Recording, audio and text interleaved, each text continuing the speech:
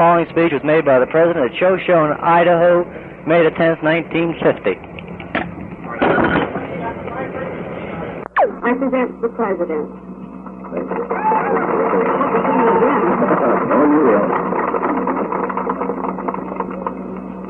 I got up rather early this morning. Had a meeting at Pocatello at 6 o'clock. And I never expected to see that many people out at that time of day. And here it is, 8 o'clock in this great city. And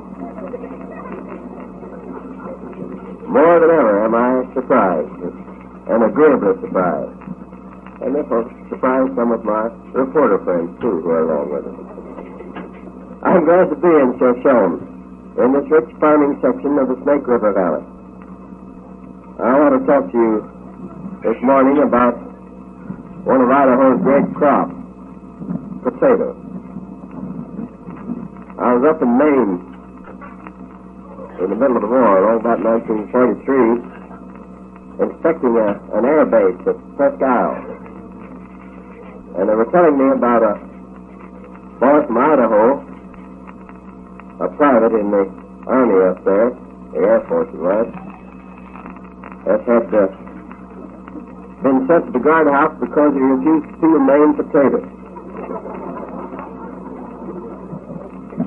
Which I didn't blame him much. Idaho has good reason to be proud of its potatoes.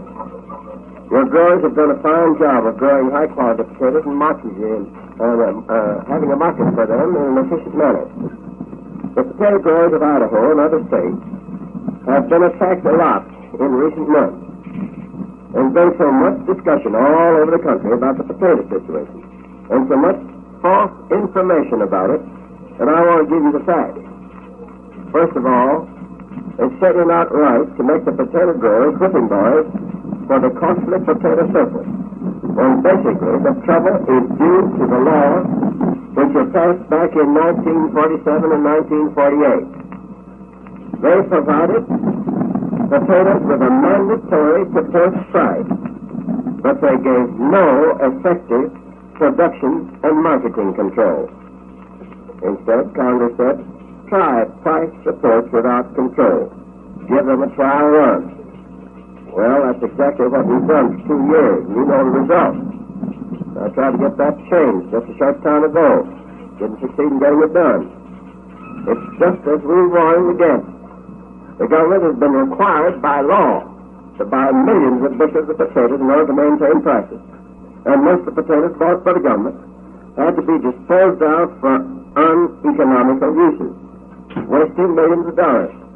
That sort of program's not in the farmer's interest. It's not in the nation's interest. It can lead to public repudiation of the whole farm price support program. That's why the Secretary of Agriculture is pleased with Congress to change the price support laws on potatoes so that we could control production and marketing more adequately, and thus avoid these big surpluses. Most of that surplus always has to be destroyed. You can't safely drive a wagon or a car without a brake. The Congress has recently passed a law providing that support prices shall not be in effect for potatoes after this year's crop unless marketing quotas are also in effect. But marketing quotas for potatoes are not permitted under the present law. This is obviously only a partial solution. I've been urging the Congress to authorize both marketing quotas and direct production payments in order to support potato prices without accumulating wasteful surpluses. This would bring a fair return to the farmer and at the same time benefit the consumer and the taxpayers. I hope you people of Idaho will rise up and demand that such action be taken by Congress.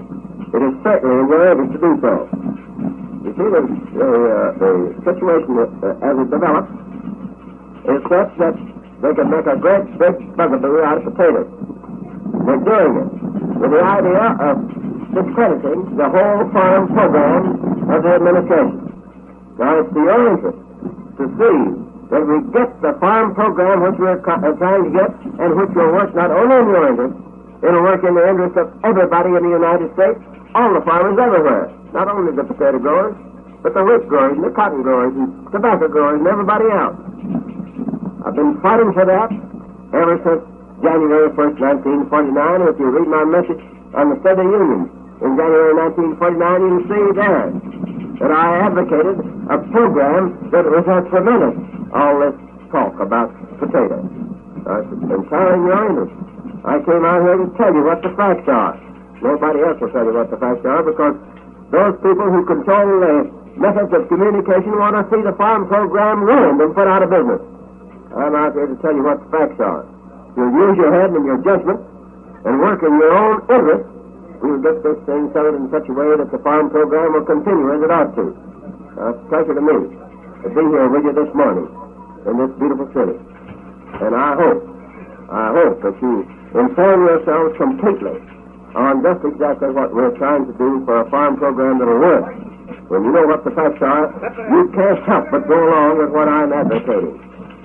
And I want you to know the facts. And that's the reason I'm here. I came out here to tell the people just exactly what I stand for and why. I'm not running for anything.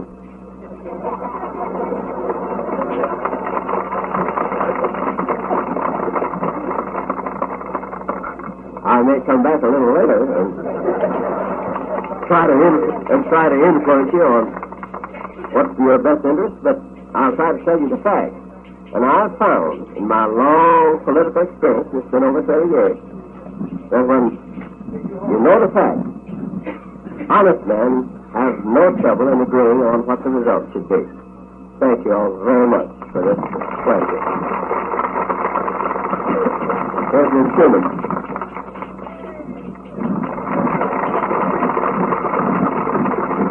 And where's Margaret?